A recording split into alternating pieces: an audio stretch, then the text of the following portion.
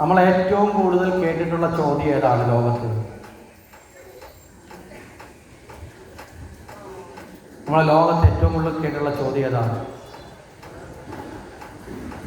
മനസ്സിലായോ? കുട്ടിക്കാലത്ത് അച്ഛനും അമ്മയും ചോദിച്ചു മനസ്സിലായോ അല്ലേ? പിന്നെ പഠിക്കാൻ പോയപ്പോൾ അധ്യാപകനും ഇടയ്ക്കിടയ്ക്ക് ചോദിക്കും മനസ്സിലായോ? ഒരു കടയിൽ ചെന്ന് സാധനം നോക്കി കഴിഞ്ഞിട്ട് അവർ എന്തെങ്കിലും വാങ്ങുമ്പോൾ അവർ ചോദിക്കും മനസ്സിലായോ അല്ലേ? ചോദിക്കില്ലേ? അതായത് നമ്മൾ പലപ്പോഴും നമ്മുടെ വീട്ടിലുള്ളവരോട് പറയും ഞാൻ പറഞ്ഞത് മനസ്സിലായോ? ഒരു സാധനം വാങ്ങാൻ വേണ്ടിയിട്ട് കൊടുത്തു വിട്ടതാണെങ്കിൽ നമ്മൾ ചോദിക്കും എന്തൊക്കെയാണ് വാങ്ങേണ്ടതെന്ന് മനസ്സിലായോ? ചോദിക്കില്ലേ? ഇവിടെ യജ്ഞശാല വന്നിരുന്നത് എപ്പോഴും ചോദിക്കുകയാണ് മനസ്സിലായോ? എന്നിട്ട് ചോദിക്കുകയാണ് മനസ്സെന്താണ്? എന്താ മനസ്സ്? മനസ്സ് ഒരു പ്രതിഭാസമാണ്. പ്രതിഭാസം എന്ന് പറഞ്ഞാൽ നിലവിൽ സ്ഥായിയായി ഇല്ലാത്തത് ഉണ്ടെന്ന ഭാവത്തെ ജനിപ്പിക്കുന്നതിനെയാണ് പ്രതിഭാസം എന്ന് പറയുന്നത്. പ്രാതിഭാസിക സത്യം. ശാശ്വതമായിട്ടുണ്ടോ എന്ന് ചോദിച്ചാൽ ഇല്ല, എന്നാൽ ഉള്ളതുപോലെ അനുഭവപ്പെടുകയും ചെയ്യും. നമുക്കൊന്ന് രണ്ട് ഉദാഹരണങ്ങൾ പറഞ്ഞാൽ പെട്ടെന്ന് മനസ്സിലാവും. ചില കാര്യത്തിന് അങ്ങനെയാണ് സാധിക്കുള്ളൂ. ഇപ്പം നിങ്ങൾ നല്ല വെയിലത്ത് റോഡിൽ ഇറങ്ങി നിൽക്കുകയാണ്, ബസ്സിൽ എവിടെയെങ്കിലും പോകാൻ നിൽക്കുകയാണ്. ആ നിൽക്കുന്ന സമയത്ത് നിങ്ങളുടെ നിഴൽ ആ പ്രകാശം കൊണ്ട് ഉണ്ടാവും അല്ലേ? ഉണ്ടാവില്ലേ? അത് നിങ്ങളോട് ചോദിച്ചാൽ എന്താണെന്ന് ചോദിച്ചാൽ നിങ്ങൾ പറയും എൻ്റെ നിഴലാണെന്ന് പറയും. പറയോ പറയത്തില്ലയോ? എൻ്റെ നിഴലാണ്. നമുക്കറിയാമല്ലോ, ബോധ്യമുണ്ടല്ലോ. നമ്മളിതുപോലെ എൻ്റെ കൈ, എൻ്റെ കാല്, എൻ്റെ തലയെന്നൊക്കെ പറയാറുണ്ട് ഇല്ലേ? പറയത്തില്ലേ? ഉണ്ടോ? നമ്മുടെ തലയിലിട്ട് ആരെങ്കിലും ഒരു അടി തന്നാൽ നമുക്ക് നോവില്ലേ? നമ്മൾ അയ്യോ എന്ന് വിളിക്കില്ലേ? നമ്മളെ കാലിലിട്ട് ചവിട്ടിയാൽ നമുക്ക് നോവില്ലേ? നിങ്ങൾ ആരെങ്കിലും റോഡിൽ കിടക്കുന്ന നിഴലിൻ്റെ മണ്ടയിലൂടെ KSRTC ബസ് പോയപ്പോൾ അയ്യോ എന്ന് വിളിച്ചുകൊണ്ട് നിലവിളിച്ചിട്ടുണ്ടോ? ഉണ്ടോ? അപ്പം അതെൻ്റേതല്ലേ? ഇനി ആ നിഴൽ എന്തിനെ ആശ്രയിച്ചിട്ടുണ്ടായി? വെളിച്ചത്തെ ആശ്രയിച്ച്, പ്രകാശത്തെ ആശ്രയിച്ച. പ്രകാശം ഇല്ല എങ്കിൽ ഇപ്പുറത്തൊന്നുണ്ടാവില്ല. മനസ്സിലായില്ലേ?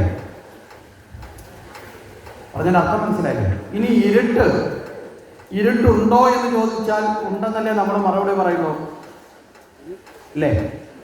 എപ്പോഴാണ് ഇരുട്ട് ഉള്ളതായി അനുഭവപ്പെടുന്നത്? വെളിച്ചത്തിൻ്റെ അഭാവത്തിലാണ്. അപ്പോൾ വെളിച്ചം വരുന്ന സമയത്ത് വെളിച്ചം നമ്മുടെ മുന്നിലേക്ക് വെളിച്ചം വന്നു നോക്കുക. നമ്മളിപ്പോൾ വീട്ടിൽ ചെല്ലുന്നു, രാത്രിയാണ്, നമ്മൾ കതക് തുറന്ന് അകത്തേക്ക് കയറി, നല്ല ഇരുട്ട്, നമ്മൾ സ്വിച്ച് ഇട്ടു, ബൾബ് പ്രകാശിച്ചു. ഈ പ്രകാശിച്ച സമയത്ത് വാതിലൂടെ ജനലിലൂടെ കാണും ഇരുട്ട് പുറത്തോട്ട് പോയിട്ടുണ്ടോ? പോയോ? വെളിച്ചം വന്നപ്പോൾ ഇരുട്ടവിടെ മാറ്റപ്പെടും. മനസ്സിലായില്ലേ? അതുപോലെ ഇരുട്ട് വരുമ്പോൾ വെളിച്ചവും മാറ്റപ്പെടും. അതും ഒരു പ്രാതിഭാസികമാണ്. ഒന്നിനെ ആശ്രയിച്ചിട്ടുണ്ടാകുന്നതും സ്ഥിര സ്വഭാവമില്ലാത്തതുമാണ് പ്രാതിഭാസികം. മനസ്സെന്തിനെ ആശ്രയിച്ചിട്ടുണ്ടാകുന്നതാണ്? മനസ്സ്. ഇനി മനസ്സില്ലാത്തതാണെന്ന് പറയുന്നതിൻ്റെ തെളിവെന്താ? ഉള്ളതാണെങ്കിൽ അതിനൊരു രൂപം ഉണ്ടാവില്ലേ? ഇല്ലേ? ഉള്ള വസ്തുവിനൊരു രൂപം ഉണ്ടാവില്ലേ? ഉണ്ടാവുമോ ഇല്ലയോ? ഉണ്ടാവും. നമ്മൾ പഠിച്ചത് അങ്ങനെയല്ലേ? ഉള്ള വസ്തുവിനൊരു രൂപം ഉണ്ടാവും, രൂപമുള്ള വസ്തുവിനൊരു സ്ഥാനമുണ്ടാവും. അങ്ങനെയാണെങ്കിൽ നമ്മുടെ മനസ്സിൻ്റെ രൂപവും സ്ഥാനവും ഇന്ന് വരെ ഏതെങ്കിലും തരത്തിലുള്ള സ്കാനിങ്ങിനകത്തെങ്ങാനും കണ്ടുപിടിച്ചിട്ടുണ്ടോ ആരെങ്കിലും? ശരീരത്തിൻ്റെ ചെറിയ കോശങ്ങളെ വരെ സ്കാൻ ചെയ്ത് രോഗങ്ങളെ കണ്ടുപിടിക്കുന്ന ആധുനിക സംവിധാനം നമ്മുടെ നാട്ടിലുണ്ട് ഇല്ലേ? ഇതിലേതെങ്കിലും സംവിധാനങ്ങളിലൂടെ നമ്മുടെ ശരീരത്തിൻ്റെ ഉള്ളിലിരിക്കുന്ന മനസ്സിൻ്റെ രൂപത്തെ കണ്ടെത്തിയിട്ടുണ്ടോ? എക്സ്റേയിലോ സ്കാനിങ്ങിലോ? ഒരു എക്സ്റേക്ക് എഴുതി തന്നിട്ട് ഹോസ്പിറ്റലിൽ പോയി മനസ്സെങ്ങനെ ഇരിക്കുന്നു എന്ന് കണ്ടുപിടിച്ച് തരാൻ പറഞ്ഞാൽ നിങ്ങൾക്ക് മേടിച്ചോണ്ട് വരാമോ? ഉണ്ടോ? ഇല്ല. അപ്പോൾ അത് എവിടെയായി ഇരിക്കുന്നതെന്ന് എവിടെങ്കിലും കൃത്യമാക്കിയിട്ടുണ്ടോ? ശരീരത്തിൻ്റെ ഒരു അവയവമാണ് മനസ്സെങ്കിൽ ശരീരത്തിൻ്റെ എല്ലാ അവയവത്തിലും ശസ്ത്രക്രിയ ഇത് നടത്തിയിട്ടുണ്ട് ഇപ്പോൾ ഡോക്ടർമാർ. ആരെങ്കിലും ഇതുവരെ മനസ്സിനകത്ത് ഓപ്പറേഷൻ നടത്തിയിട്ടുണ്ടോ? എവിടെയായി ഇരിക്കുന്നതെന്ന് ഉറപ്പുണ്ടോ? ഇല്ല. ഇനി രൂപവും സ്ഥാനവും ഉള്ളതുപോലെ ഒരു സ്വഭാവം ഉണ്ടാവണം. മനസ്സിനൊരു സ്വഭാവം കൃത്യമായിട്ടുണ്ടോ? മനസ്സ് ഇന്ന പ്രവൃത്തിയാണ് സ്ഥിരമായി ചെയ്യുന്നതെന്ന് പറയാൻ പറ്റുമോ?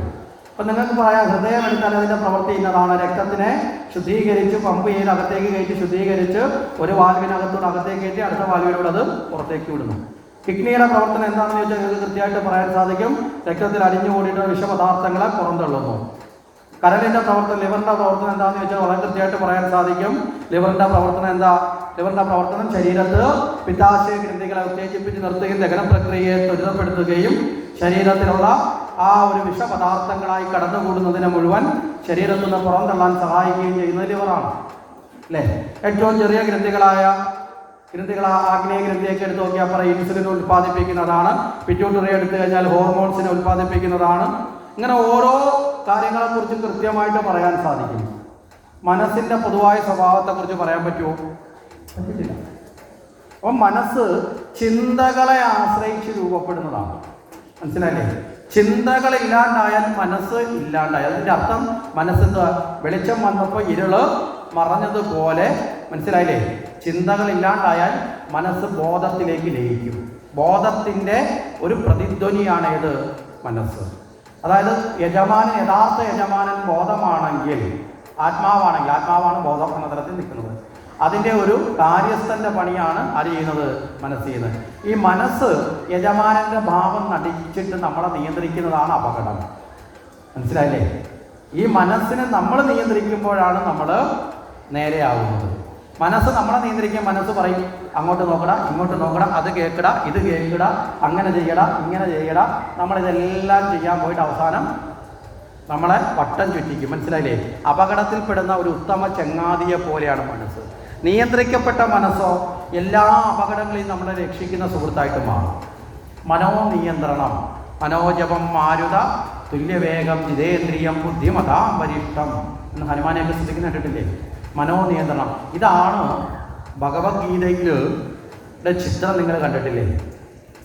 ഭഗവത്ഗീത യഥാർത്ഥത്തിൽ സൈക്കോളജിക്കൽ ഗ്രന്ഥമാണ്. മനോനിയന്ത്രണത്തിന് ഏറ്റവും വലിയ സ്ഥാനം കൊടുക്കുന്ന ഗ്രന്ഥമാണ് ഇത് ഭഗവത്ഗീത. അതിലെ ആ രഥം തന്നെ കഠോപനിഷത്തിൻ്റെ വർണ്ണനയാണ്. കഠോപനിഷത്തിൻ്റെ ശാസ്ത്രതത്വങ്ങളെയാണ് ഗീത സ്വീകരിച്ചിട്ടുള്ളത്. ആ കഠോപനിഷത്തിലെ രഥവർണ്ണനയുണ്ട്. ആ കുതിരകൾ 5 എണ്ണം അല്ലെങ്കിൽ 4 കുതിര, 5ാമത്തെ ത്വക്കാണ്. 5 ഇന്ദ്രിയങ്ങളാണ്. മനസ്സിലായില്ലേ? കടിഞ്ഞാണെന്ന് പറയുന്നത് മനസ്സാണ്. അവിടെ ഇരിക്കുന്ന കൃഷ്ണൻ എന്ന് പറഞ്ഞാൽ വിവേകജ്ഞാനമാണ്. അപ്പം വിവേകജ്ഞാനമായ ആ കൃഷ്ണൻ മനസ്സാകുന്ന കടിഞ്ഞാണ് കൊണ്ട് ഇന്ദ്രിയങ്ങളെ നിയന്ത്രിച്ച് ശരീരമാകുന്ന രഥത്തെ കൃത്യമായ പ്രതിസന്ധികളെ തരണം ചെയ്ത് മുന്നോട്ട് നയിക്കുമ്പോൾ ജീവാത്മാവായ അർജുനൻ ജീവിതത്തിൽ വിജയം നേടും. മനസ്സിലായില്ലേ? ഇതാണ് നമ്മുടെ ജീവിതത്തിൽ നടക്കേണ്ട പ്രക്രിയ. അപ്പം മനോനിയന്ത്രണം നമുക്കും അനിവാര്യമാണ്. മനസ്സിനെ കുറിച്ചിട്ട് വളരെ രസകരമായി തുര്യാമൃതാനന്ദപുരി എന്ന് പറയുന്ന ഒരു സ്വാമിജി ഒരു കീർത്തനം എഴുതിയിട്ടുണ്ട്.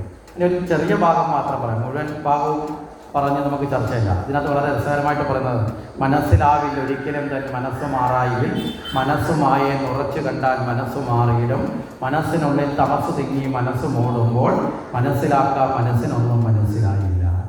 ഒന്നും മനസ്സിലായല്ലോ? മനസ്സിലായോ? മനസ്സിൻ്റെ പ്രശ്നം ഇതാണ്. ഇത് ഓരോ വരികളും വലിയ അർത്ഥമുള്ളതാണ് കേട്ടോ. മനസ്സിനുള്ളിൽ തമസ് തിങ്ങി മനസ്സ് മൂടുമ്പോൾ, തമസ് എന്ന് വെച്ചാൽ അജ്ഞാനം. മനസ്സിനുള്ളിൽ തമസ് തിങ്ങി അജ്ഞാനം കൊണ്ട് മനസ്സ് മൂടുമ്പോൾ മനസ്സിലാവും, മനസ്സിനൊന്നും മനസ്സിലാവും. അജ്ഞാനം ഉള്ളിടത്ത് ഒരിക്കലും ഒന്നും മനസ്സിലാവില്ല. അങ്ങനെ വലിയ അർത്ഥമുള്ളതാണ്. അങ്ങനെ മനസ്സിന് വലിയ സബ്ജക്റ്റാണ്. ശരി, നമുക്കതിലേക്ക് അങ്ങനെ കൂടുതൽ അങ്ങോട്ടേക്ക് പോകണ്ട. കാരണം നമുക്ക് കൃഷ്ണൻ്റെ ചരിത്രത്തിൽ